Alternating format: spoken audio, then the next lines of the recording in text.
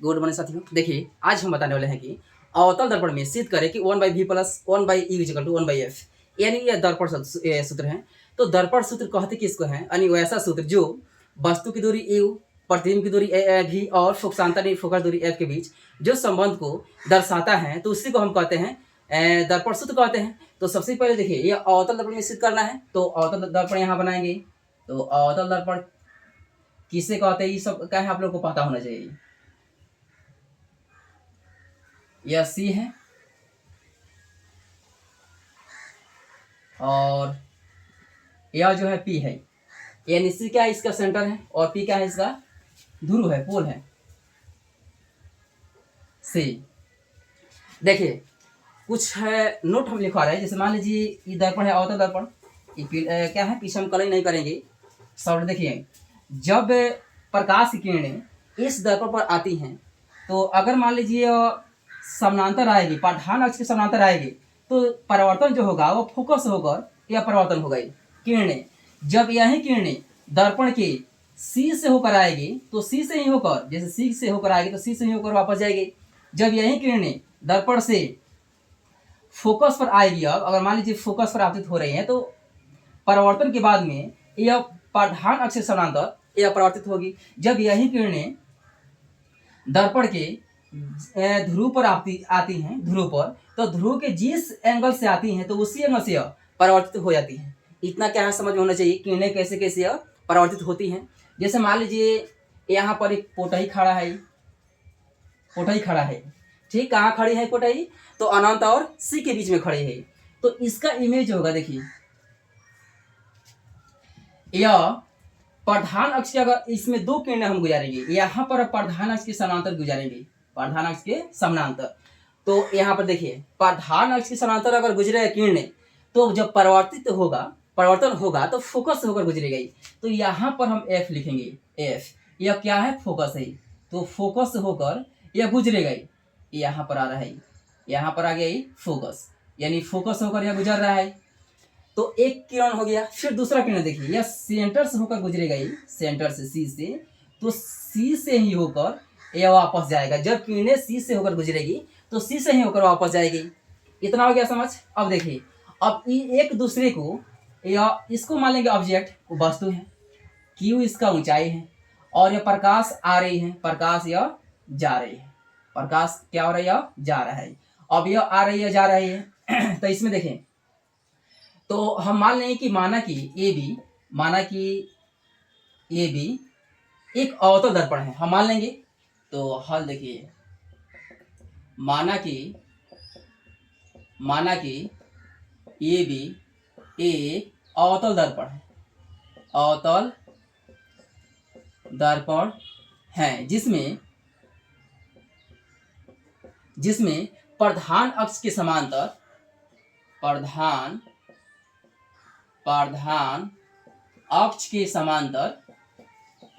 अक्ष के समांतर क्यू, देखिए यह एम बिंदु पर टकरा रही है, हम मान लेंगे एम। क्यू प्रधान अक्ष के समांतर क्यू एम किरणें दर्पण के एम बिंदु पर टकराती हैं। दर्पण के एम किरणें दर्पण के एम बिंदु पर टकराती हैं, एम बिंदु पर टकराती है। इतना क्या समझ। और परिवर्तन के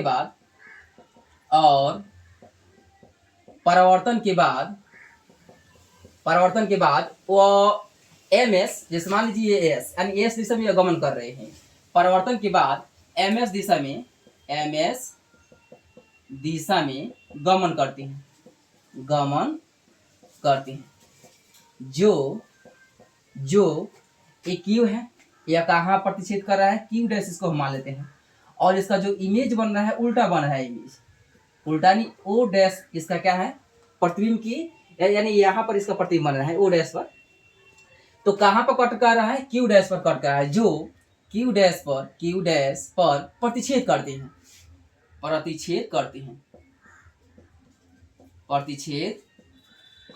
हैं, इतना। और जिसमें प्रतिच्छेद करती हैं, जिसका प्रतिबिंब क्यू डैश ओ डैश पर बनता है, जिसका प्रतिबिंब जिसका प्रतिबिंब क्यू डैश ओ डैश पर बनता है। इतना आ गया समझ। अब देखिए हम एम से सीपी पर एक लंब खींचेंगे, इस तरह से लंब खींच देंगे। तो लंब के मतलब क्या होता है कि 90 डिग्री का इस पर कोण बनता है, 90 डिग्री कोण बनता है। ए भी क्या है, खड़ी है पोटही, तो यहाँ पर क्या है, कोण बनेगा 90 डिग्री। फिर यहाँ पर इसका प्रतिबिंब जो बनेगा 90 डिग्री बनेगा। ये पोटही क्या है, ऊपर है, हम लाए हैं नीचे। इतना हो गया ही। अब देखिए इन दोनों त्रिभुज को हम समरूप बनाएंगे। तो यहाँ पर देखिए सर्वांग समता का मतलब होता है कि हर तरह से सेम होना चाहिए। जैसे मान लीजिए 1 रुपये का अगर सिक्का ले लीजिएगा, जैसे मान लीजिए मकई का 12 वाला सिक्का जो होता है, ठीक वो 60 सिक्का एक और ले लीजिए, देखिएगा तो दोनों जो है दोनों का मोटाई सेम, गुलाई भी सेम, और उसका लंबाई चौड़ाई सब क्या है, त्रिज्या सेम रहेगी। तो उसी को हम कहते हैं सर्वांग समता कहते हैं। तो सर्वांग समता का तो जो मतलब होता है ना, क्लास 9th में बहुत सारा पढ़ना होता है मैथ में। तो उसमें ए सर्वांग समता नियम से बराबर होता है, फिर S S S R H S सब होता है, कहाँ 5 नियम होता है। लेकिन इसमें हम सर्वांग समता दिखाएंगे नहीं, सबसे पहले दिखाएंगे इसमें समरूपता। तो समरूपता का जो मतलब होता है कि अनुपात बराबर हो, यानी देखिए इन दोनों में चलेंगे तो यहाँ पर लंब हम खींचेंगे, लंब क्या है, घींच दिए हैं। तो एम एन हम लंब डाले हैं, किस पर लंब डाले हैं, तो सीपी पर लंब डाले हैं, सीपी पर लंब डाला, एम एन लंब सीपी डाला। ठीक। अब देखिए परमाणु में हम चलेंगे, परमाणु में इन दोनों त्रिभुज में हम चलेंगे। तो त्रिभुज ओ सी क्यू तथा त्रिभुज O dash C Q dash में, O dash C Q dash में चलेंगे हम। तो इन दोनों में चलेंगे तो देख रहे हैं कि इसमें भी 90 डिग्री है और इसमें भी 90 डिग्री है। तो कोण क्यू ओ सी बराबर हो जाएगा कोण Q dash O dash C के बराबर होगा, Q dash O dash C के बराबर हो जाएगा। अब कैसे बराबर होगा, ताकि दोनों में क्या है, 90 डिग्री है दोनों में 90 डिग्री। इसके बाद में ये दो क्या है, रेखाएं प्रतिच्छेद करें एक दूसरे को, कहाँ, यहाँ देखिए यह रेखा और यह रेखा। तो यह दोनों कोण जो हो जाएगा बराबर होगा। क्यों बराबर होगा, ताकि शीर्ष भी कोण से बराबर होगा। तो इसका नाम क्या हो जाएगा, कोण ओ सी क्यू, यह बराबर हो जाएगा कोण O dash C Q dash की, कोण O dash C Q dash के बराबर हो जाएगा। अब क्यों बराबर होगा, तो ताकि शीर्षाभिमुख कोण से, शीर्षाभिमुख कोण से यह क्या हो जाएगा, दोनों को दोनों बराबर हो जाएगा। जब यह 90 के बराबर हो गया, यह इसके बराबर हो गया, तो शेष जो कोण बचेगा, जैसे कोण ओ C Q O Q C बराबर होगा ओ डैश क्यू डैश सी के, ओ डैश क्यू डैश सी के बराबर होगा। यहाँ पर शेष कोण इसके बराबर हो जाएगा। तो यहाँ पर लिख देंगे कि ए समरूपता नियम से, समरूपता नियम से क्या होता है कि इसका भुजाओं जो होता है, तीनों भुजाओं का अनुपात बराबर होता है। तो ओसी जो हो जाएगा, ये ओसी ये बराबर ओसी बाटा वो किसके, ओसी जो बाटा होगा ये वो ओ डैश सी के बराबर होगा, ओ डैश सी के बराबर होगा। इसके बाद में ओ क्यू जो होगा, देखिए यहाँ पर दिखाई दे ओ सी ओ डैश सी, फिर ओ क्यू तो ओ डैश क्यू डैश की, ओ डैश क्यू डैश के बराबर होगा। तो समीकरण इसको हम मान लेंगे, एक मान लेंगे, अभी तो एक माने हम, एक मान लिया। अब देखिए अब ठीक इसी प्रकार से इन दोनों को हम समरूपता हम दिखा देंगे। कैसे, ताकि इसमें 90 था, इसमें भी 90 है, तो इसमें 90 है तो इसमें भी तो 90 है, या 90 है कि नहीं, यह दोनों कोण आपस में बराबर हो जाएगा शीर्षाभिमुख कोण से। तो शेष जो कोण बन रहा है ये भी क्या है, बराबर हो जाएगा। तो लिखते हैं ठीक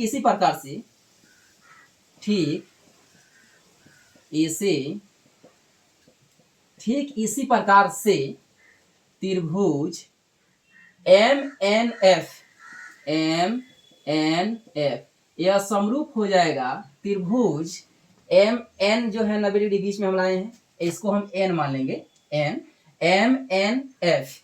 तो एन क्या है, 90 डिग्री है, इसको हम बीच में लाए हैं, तो इसको भी बीच में हमें लाना होगा। तो Q dash O dash F, Q dash O dash F. इतना क्या समझ। ये क्या है, ये दोनों का हम समरूप दिखा दिए हैं। तो जब समरूप दिखा दिए हैं तो इसका जो भुजाओं का अनुपात होगा बराबर होगा। तो एन यानी एम एन यह बराबर हो जाए, किसके बराबर होगा ये, एम एन, तो क्यू डैश ओ डैश के। यहाँ पर क्यू डैश ओ डैश, यहाँ ओ डैश छूट रहा है, M N F Q dash O dash F, तो क्यू डैश ओ डैश के बराबर होगा, बराबर, और एम एन इतना हो गया। अब एफ एन, तो एफ एन यह बाटा में हो जाएगा, यह इसके नीचे आ जाएगी, ओ डैश एफ के बराबर हो गई, ओ डैश एफ के समीकरण को, इसको हम 2 मान लेंगे, M F N O dash F, ठीक, इसको हम 2 मान लेंगे। तो समीकरण ये देखिए, ये जो कैसे कैसे इन दोनों त्रिभुज को हम समरूप दिखाएंगे, ठीक ऐसा ही क्या है, ऐसा ही समरूप ये दोनों होगा। ये क्या है, अगर हम समरूप दिखाते 90 लिख करके इतना लंबा चला जाएगा, इसलिए हम नहीं दिखाए, ताकि ऐसा ही ये भी होगा। तो इस समीकरण, अब एक और समीकरण 2 से, समीकरण 1 तथा समीकरण 2 से, समीकरण 1 और समीकरण 2 से चलेंगे। तो देखिए ओ क्यू बाटा O dash Q dash, O Q बाटा, देखिए अब इसमें अभी नहीं चलेंगे, ताकि ये दोनों को हम बराबर करेंगे। तो एम एन देखिए, दर्पण का द्वारा अत्यंत छोटा करने पर, दर्पण का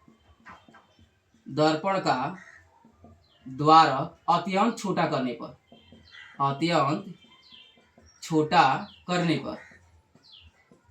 पर जब हम छोटा कर देंगे दर्पण का द्वारक का मतलब क्या होता है, मोटाई।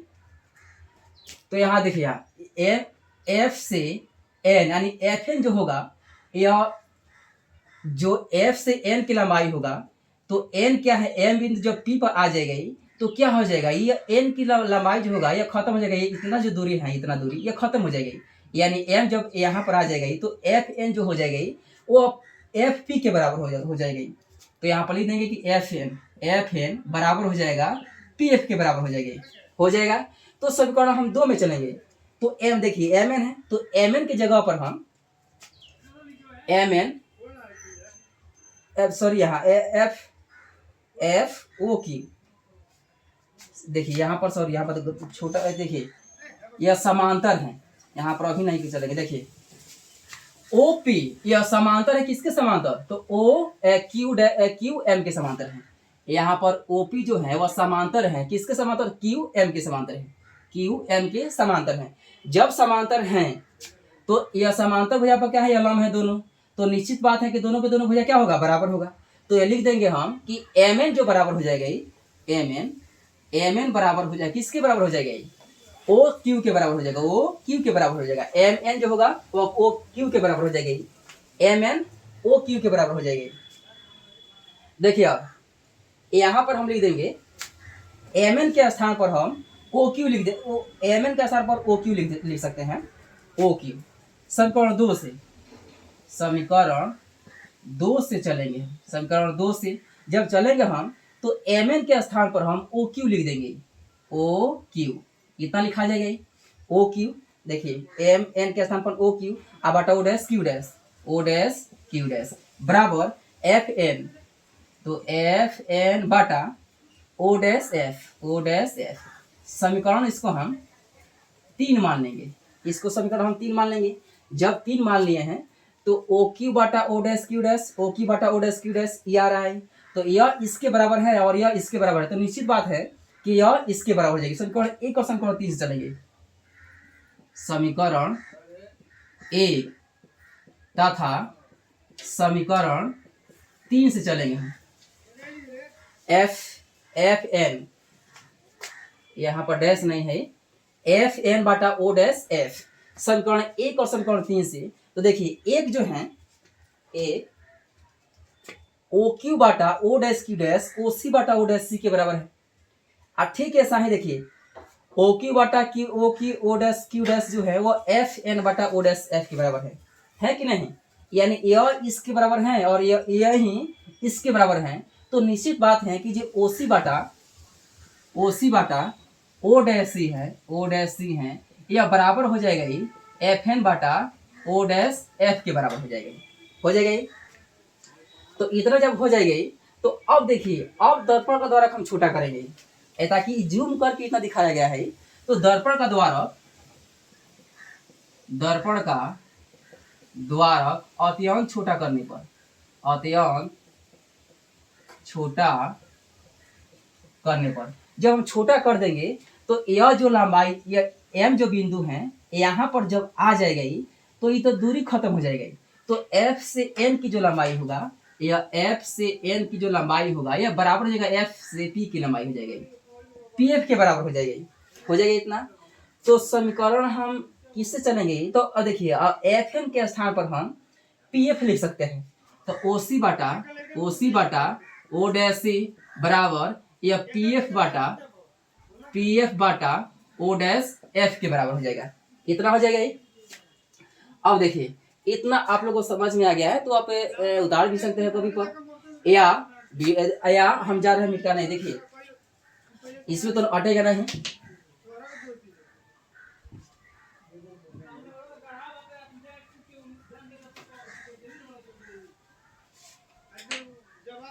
देखिए आप ओ सी अवतल दर्पण एक ऐसा दर्पण है जिसमें वस्तु की दूरी ऋणात्मक होता है, माइनस होता है, और फोकसांतर भी माइनस होता है, वक्रता त्रिज्या भी माइनस होता है, इसका प्रतिबिंब दूरी भी माइनस में होता है। लेकिन उत्तल दर्पण एक ऐसा दर्पण है जिसमें केवल एक जो वस्तु दूरी है वह निगेटिव होता है, बाकी सब के सब क्या है, वो पॉजिटिव होता है, धनात्मक होता है। तो ओ सी इसका हमें लंबाई निकालना है। तो ओ सी को हम ओ सी के स्थान पर ये पूरा ओपी में से अगर सीपी घटा देंगे तो वो सिर्फ निकलेगा ये। तो ओसी के स्थान पर हम ओपी में से अगर सीपी घटा देंगे तो क्या निकलेगा, ओसी की लंबाई निकल जाएगी। अब ओसी और ओ डैश सी अब इसका हम दूरी निकालेंगे, ओ डैश सी का दूरी हम निकालेंगे। तो पूरा सीपी में से अगर ओ डैश पी घटा देंगे तो ओ डैश सी निकल जाएगा। तो CP minus O dash P ये घटा देंगे तो क्या हो जाएगा, ओ डैश सी की लंबाई निकल जाएगी। इसके बाद में पी एफ क्या है, जो कहते हैं हम रहने देते हैं। तो पी एफ बाटा ओ डैश एफ यानी इसका हमें लंबाई निकालना है। इसका लंबाई जब निकालेंगे हम तो देखिए पूरा ओ डैश पी में से अगर पी एफ घटा देंगे तो ओ डैश एफ निकल जाएगी। तो देखिए ओ डैश एफ निकालना है हमें लंबाई। तो ओ डैश पी में से पी एफ घटा देंगे, पी एफ घटाएंगे तो किसका लंबाई निकल जाएगी, ओ डैश एफ की लंबाई निकल जाएगी। इसके बाद में देखिए अब ओ जो है क्या है, वस्तु की दूरी है, इसको हम यू से लिखते हैं, यू से। तो अवतल दर्पण में जितना भी इसमें वस्तु दूरी, प्रतिबिंब की दूरी और फोकसांतर और त्रिज्या भी होता है, इस सब का सब क्या है, नेगेटिव होता है। तो माइनस ओपी क्या हो जाएगा, माइनस यू हो जाएगा, माइनस यू या माइनस के माइनस सी ये सी क्या है, केंद्र है। तो केंद्र से ध्रुव के बीच की दूरी को वक्रता त्रिज्या कहते हैं, इसको आर से लिखते हैं। तो ये भी क्या है, नेगेटिव होता है, तो माइनस आर हो जाएगा बाटा सी पी। तो सी से पी ये भी क्या है, त्रिज्या है सी पी, तो ये भी क्या है, नेगेटिव हो जाएगा। माइनस क्या है, माइनस ओ डैश क्या है, वस्तु का प्रतिबिंब यहाँ पर बन रहा है, तो यह है भी, प्रतिबिंब को हम भी से लिखते हैं, लेकिन ये भी क्या है, नेगेटिव हो गई, तो माइनस भी हो जाएगा बराबर पी एफ ये क्या है, फोकसांतर है, फोकस और ध्रुव के बीच की दूरी को फोकसांतर कहते हैं, फोकस दूरी कहते हैं। इसको स्मॉल एफ से लिखते हैं, तो ये भी क्या है, नेगेटिव होता है, तो माइनस एफ हो जाएगा, माइनस एफ बाटा ओ डैश पी ये क्या है, ओ डैश इसका इमेज बना है, प्रतिबिंब। तो ओ डैश पी जो ये भी क्या है, माइनस भी हो गई, माइनस भी, माइनस क्या है, माइनस पी एफ क्या है, इसका फोकसांतर है, स्मॉल एफ से लिखेंगे तो माइनस एफ हो जाएगी, माइनस एफ हो जाएगी। इतना आ गया समझ। अब देखिए यहाँ पर माइनस यू जो कहते हो माइनस माइनस प्लस आर हो जाएगी, प्लस आर बाटा minus R minus minus plus भी बराबर माइनस एफ बाटा माइनस भी माइनस माइनस प्लस एफ हो जाएगा। इतना हो गया। अब जो है तीसरा तीसरे हम गुना कर देंगे, तो यह इससे गुना होगा और यह इससे गुना हो जाएगा, तीसरा तीसरी हो जाएगी गुना। तो माइनस यू प्लस आर में जो गुना हो जाएगा माइनस भी प्लस एफ से क्या हो जाएगा, गुना हो जाएगा। अब माइनस एफ से जो गुना हो जाएगा माइनस आर प्लस बी से क्या हो जाएगा, गुना हो जाएगा, इतना हो गया। अब पारा पर इसको हम गुना कर देंगे, तो माइनस देखिए माइनस यू से ही पूरा में गुना होगा, तो माइनस वी प्लस एफ, इतना आ गया समझ। अब आर से प्लस आर है तो प्लस आर से यह पूरा माइनस वी प्लस एफ से गुना हो जाएगा। अब यह गुना होगा माइनस माइनस प्लस प्लस, और आर में जब एफ से गुना तो आर एफ हो जाएगा, तो माइनस प्लस माइनस भी एफ हो जाएगा, हो जाएगा। अब इसको हम गुना करेंगे तो माइनस माइनस प्लस यू भी से गुना तो यू भी हो जाएगा, ठीक, minus plus minus U F हो जाएगा, इतना हो गया। प्लस माइनस माइनस आर में भी से गुना करते तो आर भी हो जाएगा, चाहे भी है प्लस प्लस के यहाँ प्लस से होगा आर एफ हो जाएगा, आर एफ बराबर R F minus V F, इतना क्या समझ। देखिए आर एफ प्लस में है, इधर आएगा तो माइनस में हो जाएगा, या सेम अगर संख्या रहेगा दोनों तरफ, आप प्लस में रहेगा या माइनस में तभी कट जाता है, ये दोनों के दोनों क्या हो जाएगा, कट जाएगा। जब इधर लगे तो माइनस में हो जाएगा, तो आर एफ में से आर एफ घटेगा तो नेगेटिव यानी खत्म हो जाएगा। अब देखिए अब हमें पता है कि r बराबर जो होता है वो 2f के बराबर होता है कि नहीं, हम सिद्ध करके भी दिखा चुके हैं कि f बराबर r/2 या r बराबर 2f, हम सिद्ध करके दिखाए हैं। तो u भी minus U F minus r के स्थान पर यहाँ 2f लिख सकते हैं, 2f या भी जो कहते हैं बराबरी तो कर चुका है दोनों, माइनस वी एफ, इतना हो गया समझ। अब देखिए u भी क्या है, प्लस में है, जो कहते हैं रहने देते हैं, बराबर यू एफ जो है ये माइनस में, इधर आएगा तो प्लस में यू एफ, या माइनस में इधर आएगा तो प्लस 2f भी बराबर माइनस, सॉरी यहाँ बराबर नहीं रहेगा, यहाँ माइनस वी एफ, ये ना हो गए। तो यू भी बराबर यू एफ, या एफ भी और ये भी क्या है, ये भी है, तो दो गो है और दो में से एक हट जाएगा तो ये गो, तो प्लस एफ भी हो जाएगा, हो जाएगा। अब दोनों तरफ यू भी एफ से भाग करने पर जब दोनों तरफ यू भी एफ से भाग करेंगे तो देखिए